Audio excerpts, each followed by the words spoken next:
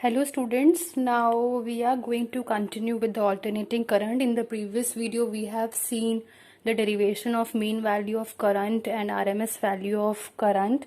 Now the next derivation is AC circuit containing only resistor. So let us suppose we are having a resistance here which is attached with an AC source. So what is going to happen in this circuit? What are the values of the current? We are going to study this. So this is the AC source. EMF is provided is E0 sine omega t. So I have the information which is right now, that is E is equals to E0 sine omega t. This is the basic thing which we know right now. We also know that the potential which is generating here, that is the same potential which is generating across this resistance R. So I can also write this is the potential drop which is IR for E equals to E0 sine omega t, and it is going to generate a drop across R in the same amount. So I can write this. From here I can write I is equals to E0 by R sine omega t, and again I can write this as I0 sine omega t. That means if I am providing this EMF to this particular circuit, to the circuit which is having only resistance, that means I am going to have a value of current in the similar manner. If E is equals to E0 sine omega t is there, nature is the same, angular frequency is same. In the same manner for the current, I am getting the value which is I0 sine omega t with the same nature sign and which is having the same angular frequency here. So that means we can say that both E and I are the functions of sine omega t. Hence the EMF E and I are in the same phase. यहाँ पे हमें कोई भी plus या minus की values नहीं मिलती हैं, so that we can say that कि ये सेम फेज में नहीं है. So that means we can say that these two are in the same phase. This means that we can say that E and I attain their zero, minimum and maximum values at the same respective times. So now we are going to draw a phase relationship. Now for phase relationship, we know that we have just calculated E is equals to E0 sine omega t and I is equals to I0 sine omega t for a pure resistive circuit. We can say that this is pure resistive circuit. So now I am going to draw a phase relationship graph for the same. Phase relationship का मतलब we are talking about angle here. So here our phase is this omega t. I am going to draw E or a I. You can say that I am drawing here E or I because both is having the same nature. So एक ही बात है. Now you can see that E is equals to E0 sin omega t. Sin का nature है तो मैं sin का graph draw कर रही हूँ. Okay, this is the sine graph and this is the peak value, so I can write E0 here. This is the peak value here and omega t is the phase. As we know that E0 is equals to I0 by R. अगर मैं I0 की बात करूं तो उसको अगर मैं E is equals to I0 R. अगर मैं I0 की बात करूं तो दैट मीन्स मुझे उसमें R से मल्टीप्लाई करना पड़ेगा, तब जाके वो E की वैल्यू आएगी. दैट मीन्स I0 छोटा हुआ.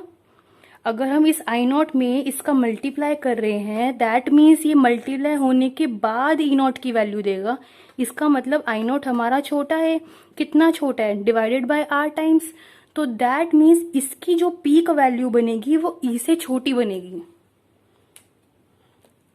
सो आई कैन ड्रॉ फेज हमारा साइन का नेचर ही रहेगा, लेकिन हमारी जो वैल्यू है, जो पीक वैल्यू यहाँ मैंने E0 दिखाई है, मुझे I0 थोड़ी सी डाउन करनी पड़ेगी. So I can draw like this. Phase is same, तो जहां जीरो लाई कर रहा है वहां जीरो ही लाई करेगा. और जहां कर्व का मैक्सिमम लाई कर रहा है वो मैक्सिमम ही लाई करेगा। सिर्फ हमारे इस पीक में डिफरेंस आया है। I can say that now this is the peak having value I not. Phase देखो सेम है, इस ग्राफ ने भी 0 से स्टार्ट किया, आई के ग्राफ ने भी 0 से स्टार्ट किया। इस पॉइंट पर ई नॉट भी मैक्सिमम हुआ और आई नॉट भी मैक्सिमम हुआ, यहाँ पर 0 आया। सिमिलर यहाँ पर अगर मिनिमम मैक्सिमम ये है तो यहाँ पर आपका क्या है, माइनस ई नॉट, और ये क्या है आपका minus I not. Minus stands for the nature only and omega T phase है, मतलब फेज आपका सेम है। तो जहां 0 मैक्सिमम 0 लाई कर रहा है वो वही रहेगा, बस कहाँ फर्क आए, इनकी पीक वैल्यूज में। सो this is the phase relationship for a resistive circuit. Now next is phasor diagram. वो था आपका ग्राफ इन बिटवीन ई और आई versus omega T, but phasor diagram का मतलब है हम यहाँ पे सिर्फ फेज को चेक करने वाले हैं। So for that I am going to draw my axis, X axis and Y axis. Phase है हमारा एंगल, यहाँ ई में भी हमारा एंगल ओमेगा टी है और आई में भी हमारा एंगल ओमेगा टी है। सो ये आपका अगर 0 है, सपोज आपका ये आपका 0 एक्सिस है, तो हमें ओमेगा टी एंगल पे जाना है। यहां से मैं ओमेगा टी एंगल पे जाऊं, लेट अस सपोज कुछ एंगल है ये जो कवर किया है, that is your theta, that means your omega T. तो अगर मैं सपोज ये रैंडम लाइन को ई नॉट ले रही हूं, तो अब मुझे यहाँ पर आई नॉट लेना है। तो आई नॉट के लिए मुझे कितना एंगल चलना है, सेम ओमेगा टी एंगल ही चलना है। तो ओमेगा टी एंगल चलना है, तो फिर से 0 पे आई, तो ओमेगा टी मेरा इसी लाइन पे लाई करेगा। ठीक है, ओके, इसका मतलब मेरा करंट भी यहाँ लाई करने वाला है, लेकिन मेरी जो करंट की जो मैग्नीट्यूड है वो छोटी होगी ई से। अभी मैंने आपको ये बताया। तो यहाँ पर अगर इस पॉइंट पे ई नॉट लाई कर रहा है, तो थोड़ा सा नीचे मेरा कहीं आई नॉट लाई करेगा। This is your I not. So this is the phase relationship, जहां पर हम एंगल्स के अकॉर्डिंग मूवमेंट देते हैं और क्या डिनोट करते हैं हम यहाँ पे, peak value. So this is known as phasor diagram. Now the next derivation is AC circuit containing inductor only. Now that means I need to draw a inductor along with AC circuit. पहले वहां पे हमने resistance लगाया था, अब हमने यहाँ पे क्या लगाया है, inductor. So again you know that you have this information that E is equals to E not sine omega T, जो ये इंडक्टर को अप्लाई कर रहा होगा E। अब यहां से ये ऐसे जाएगा तो ये पॉजिटिव नेगेटिव, वो अगर हम किरचॉफ लगाएं, मतलब बेसिकली किरचॉफ भी नहीं लगाना, आप वैसे ही याद करो जैसे आपने IR किया था। तो इसके अक्रॉस EMF कितना जनरेट होता है वो भी हमने पढ़ा है, which is LdI/dt।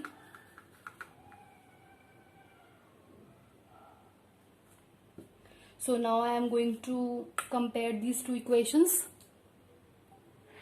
This is what we are getting after comparison.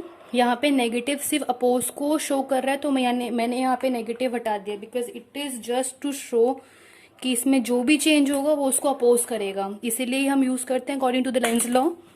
So I have remove this sign here. Now I can write E not is equals to I need to find out the current here, so I will calculate DI. So my expression will become E naught by L sin omega t dt. Now I need to integrate both the sides to calculate the value of total current, which is equals to E naught by L. Constant है sin omega t का integration. I told you that it is minus cos omega t and this factor in the denominator. So minus cos omega t by omega. Constant factor plus में आता है, but we are not taking that. ये हमारा आया था अभी पीछे। अब मुझे पता है कि ये हमारा कुछ ना कुछ आई नॉट देगा। इस आई नॉट पे हमें पता है पीक वैल्यू आई नॉट क्या होता है, E not by R. Resistance में हम आर यूज करते हैं, तो there has to be a resistance, जैसे रजिस्टर में होता है ऐसे इंडक्टर में हम इस चीज को बोलते हैं इंडक्टिव रिएक्टेंस, तो जिसका वैल्यू है विच इज ओमेगा एल। तो ये हमारी पूरी पीक वैल्यू बन जाती है। Now we are left with this minus as it is, this whole become I not cos omega T as it is.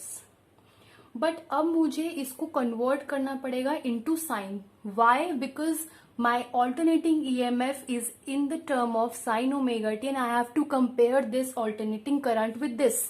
So I need to convert this cos into sin. तो यहाँ पे cos theta था, I can write sin 90 minus theta. Sin 90 minus theta is cos theta. तो अब ये जो बाहर का साइन था ये अंदर ले गए हैं तो ये उल्टा हो गया है.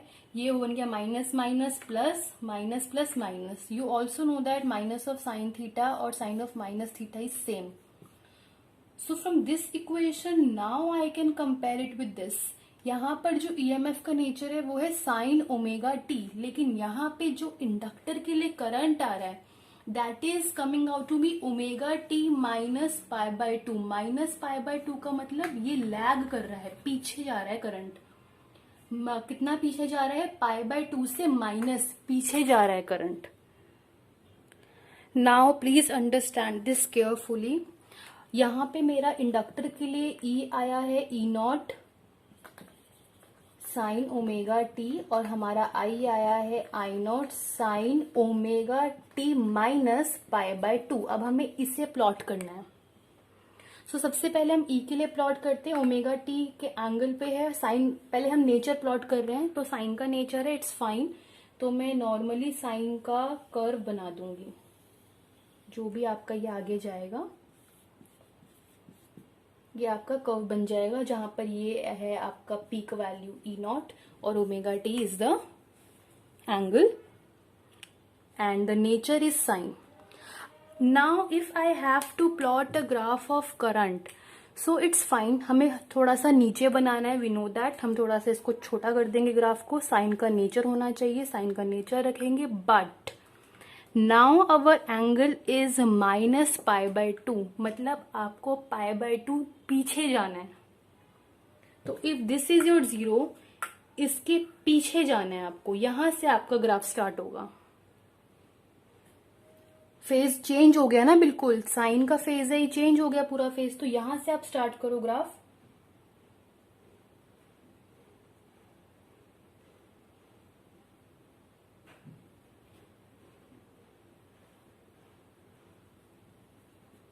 मतलब जहां पर इसका जीरो था ई का, वहां पर इसका मैक्सिमम हो गया और जहां पे इसका मैक्सिमम था वहां हमारी इस कर्व का जीरो आ गया. So this is your I not.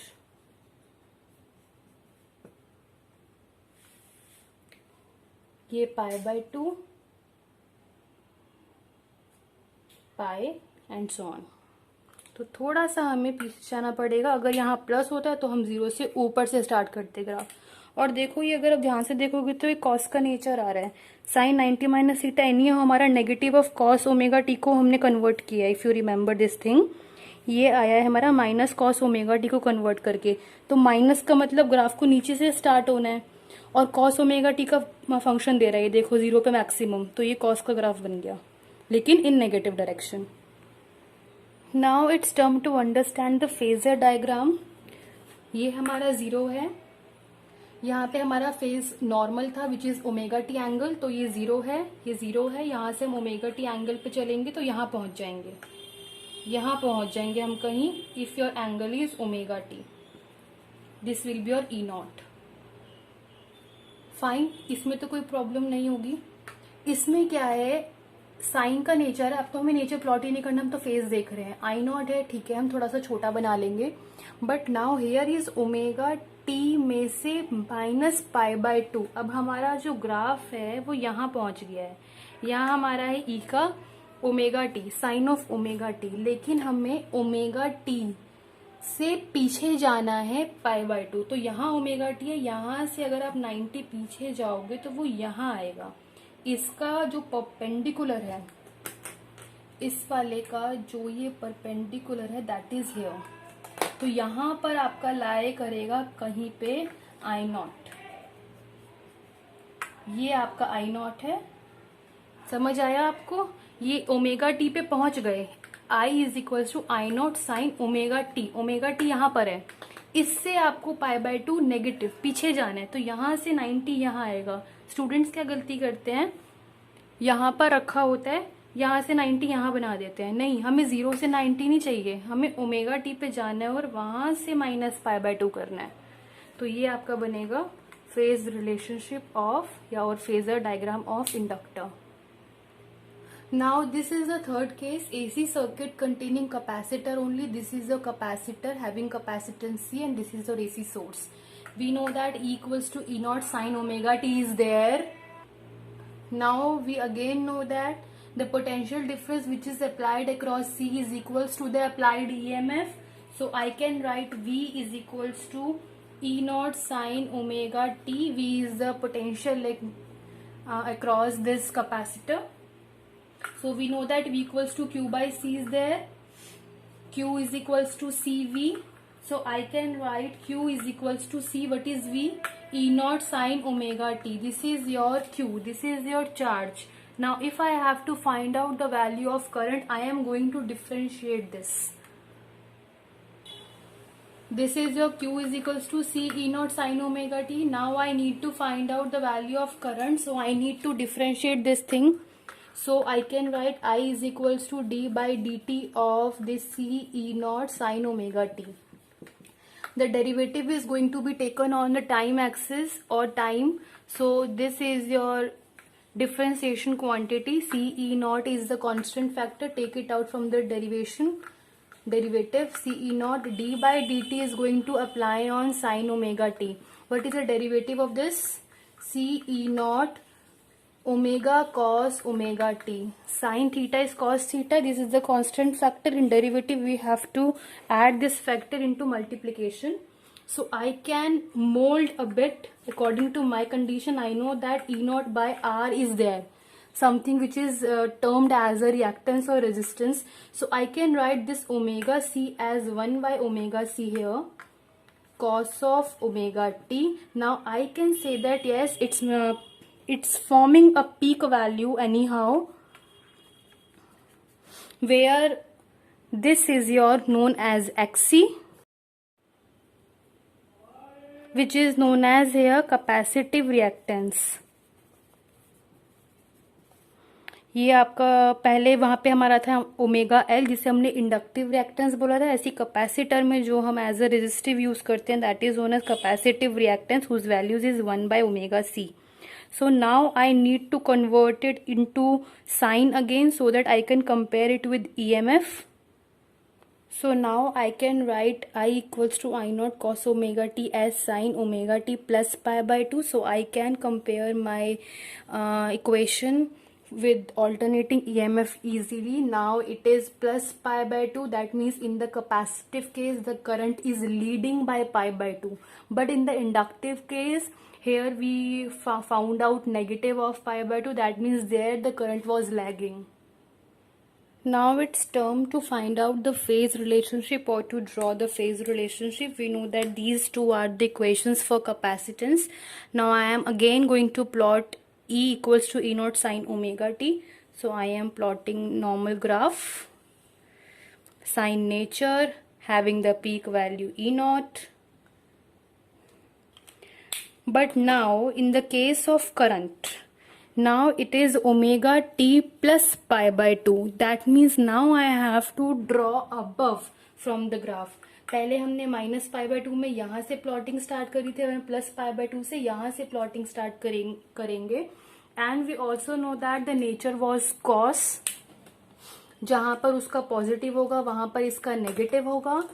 तो यहाँ से हम स्टार्ट करेंगे अपना ग्राफ प्लॉट करना, और इसका जो मैग्नीट्यूड है that is less then E not, I का जो मैग्नीट्यूड है.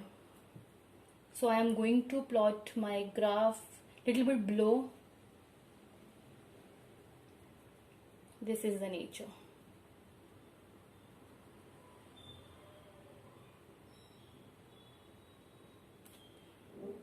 सो जहां पर ई का 0 है वहां पर आई के लिए मैक्सिमम स्टार्ट हो रहा है, और जहां पर ईएमएफ के लिए मैक्सिमम है वहां पर इस ग्राफ का मिनिमम आ रहा है. This is known as phase change. मतलब जहां पर एक का मैक्सिमम हो वहां पर दूसरे का मिनिमम हो. मिनिमम मीन्स 0 हो.